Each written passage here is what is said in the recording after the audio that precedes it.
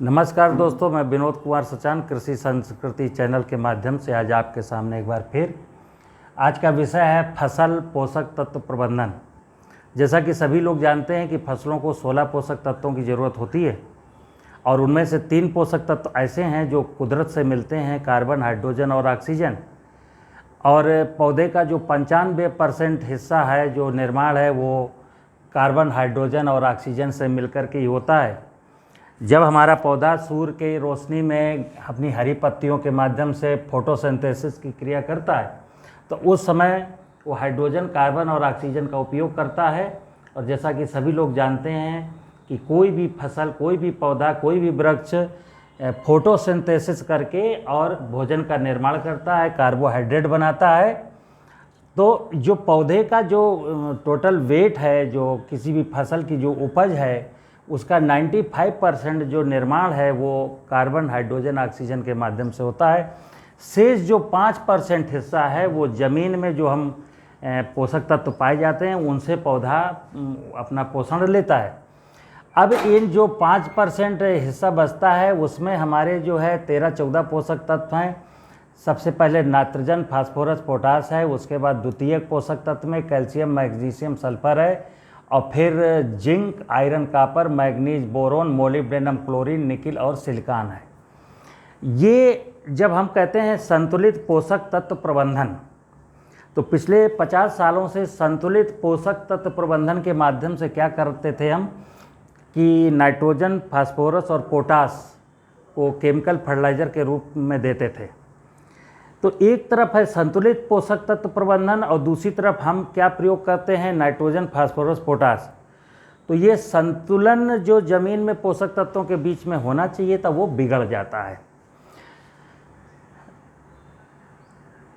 तो हम अगर सारे के सारे जो पोषक तत्व हैं वो पौधे को बिल्कुल एक समान अनुपात में मिलें तो उसके लिए ये जो मुख्य स्रोत है वो होता है ह्यूमस। फसलों के अवशेष, पशुओं का मलमूत्र एवं मानव मल, ये जब सड़ता है और ह्यूमस बनता है तो उसमें हमारे ये 16 पोषक तत्व होते हैं। मित्रों, इधर हुआ क्या है कि हमने पशुओं का मलमूत्र को सड़ा करके खेतों में लौटाने की परंपरा को कम कर दिया, पशुपालन को कम कर दिया और मनुष्य जो है वो सुलभ शौचालय में अपना मल विसर्जित करने लगा। और फसलों के बहुत सारे अवशेष को ईंट भट्ठों में बेच देना या जला करके नष्ट कर देना। तो उससे क्या हुआ कि ज़मीन में जो हमारा 1% जीवांश कार्बन होना चाहिए वो धीरे धीरे गिर करके 0.3% जीवांश कार्बन रह गया।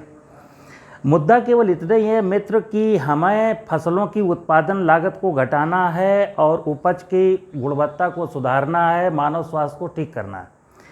तो अभी आप क्या देख रहे हैं कि फसल में बीमारियां लगती हैं, बहुत प्रकार की बीमारियां लगती हैं, फसलों में कीड़े लगते हैं। और क्यों लगते हैं?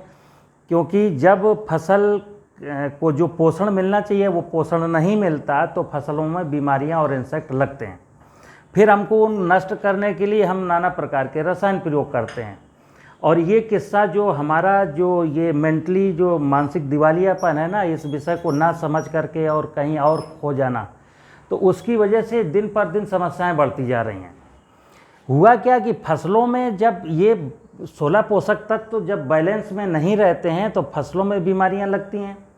फिर मैं फसलों की बीमारियों को ठीक करने के लिए, फसलों में लगने वाले कीटों को नष्ट करने के लिए और खेत में उगने वाले खरपतवारों को मारने के लिए जब हम वीडीसाइड, इंसेक्टिसाइड, फंजीसाइड यूज करते हैं तो एक और विचित्र कहानी होती है कि ये जो जैव अवशिष्ट ज़मीन में गिर जाते हैं, रह जाते हैं, हम डालते हैं तो उनको सड़ करके वो ह्यूमस नहीं बनते।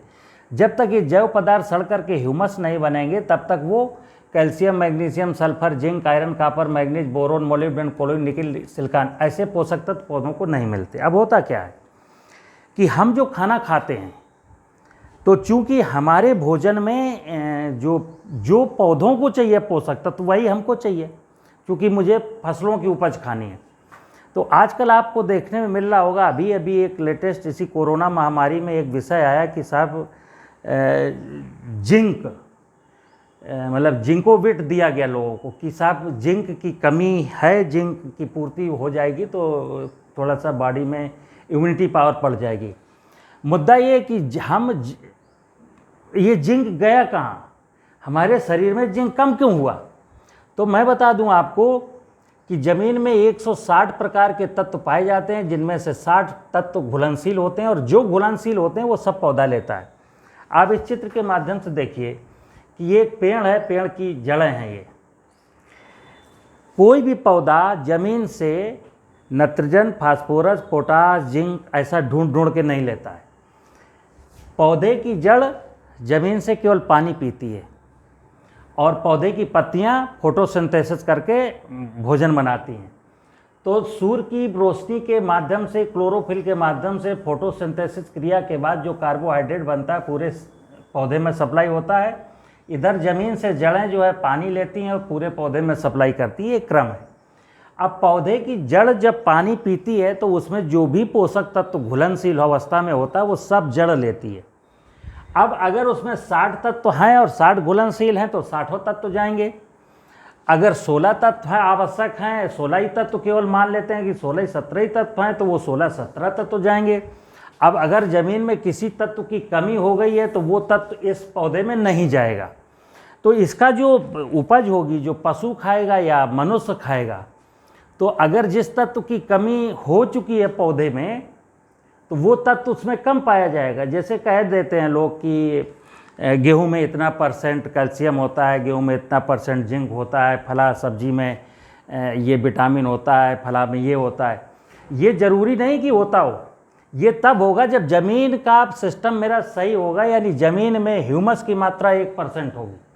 अगर ज़मीन में ह्यूमस की मात्रा 1% होगी तो फिर मैं आपको बता दूं कि ना मेरी फसल बीमार होगी, ना कभी मनुष्य बीमार होगा।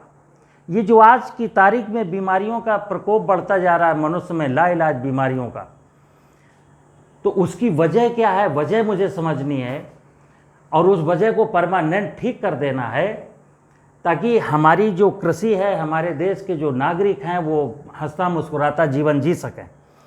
तो हमें बहुत इधर उधर साइंस और विज्ञान में, टेक्नोलॉजी में नहीं भागना है हमको। पहले मैं टेक्नोलॉजी विज्ञान का विरोधी नहीं हूँ, लेकिन मैं जब प्रकृति की व्यवस्था को इग्नोर करके विज्ञान टेक्नोलॉजी की कोई बात करता तो उसका मैं सख्त विरोधी। मुझे इस धरती माँ, कहते हैं ये मेरी माँ है, इसने मुझे पैदा किया है और इसी की गोद में मुझे शरण देनी है और यही मुझे पालती है। तो क्यों ना हम इस धरती के कोख जो बंजर होने की कगार पर है उसको ठीक करें। तो ठीक करने के लिए क्या है? सीधी सीधी बात है कि हमारे पास फसलों के अवशेष हैं, हमारे पास पशुओं का मलमूत्र है, हमारे पास मानव मल है, तो उसको डिकम्पोज करें, गड्ढे में डाल करके उसको सड़ाएं, और सड़ा करके जब वो सड़ जाती है चीज़ तो ह्यूमस बन जाती है। अभी प्रश्न ये है कि वो सड़ती नहीं है, चीज़ें प्रॉपरली सड़ती नहीं है। वो सड़ती क्यों नहीं है? कि हमने अपनी ज़मीन में इतना इंसेक्टिसाइड डाल दिया कि जो ज़मीन में रहने वाले जो नाना प्रकार के जीव और सूक्ष्म जीव थे वो नष्ट हो गए।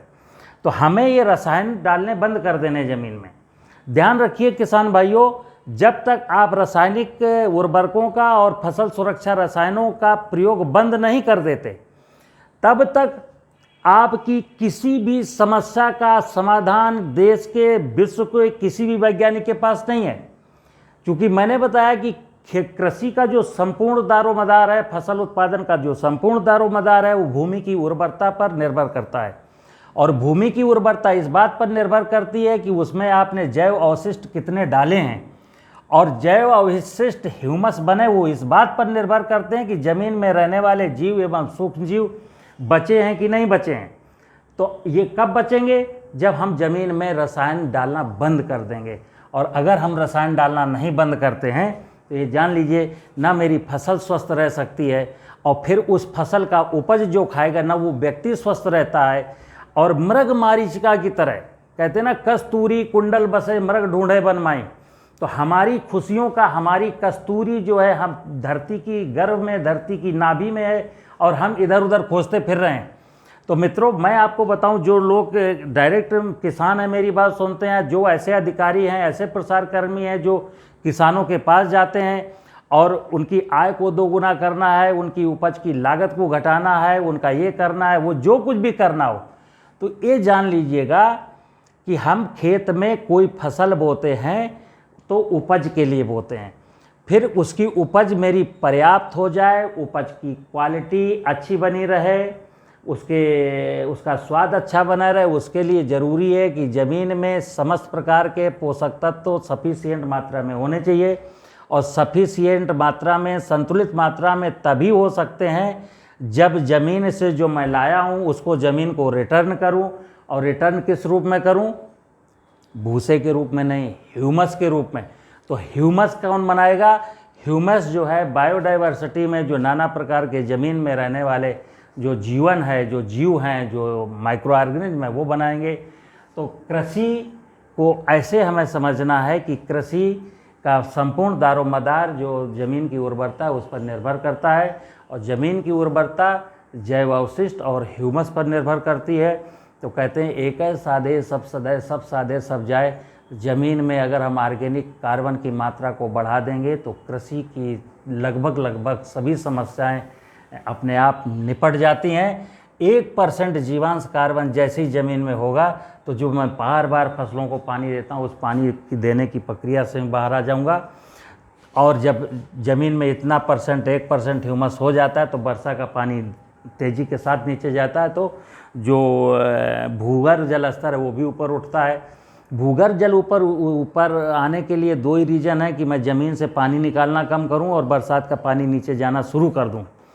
तो इसके लिए ज़मीन का स्वस्थ रहना बहुत ज़रूरी है। अगर आपको वीडियो अच्छी लगी हो तो शेयर करिएगा। नमस्कार, जय हिंद, जय हिंद भारत।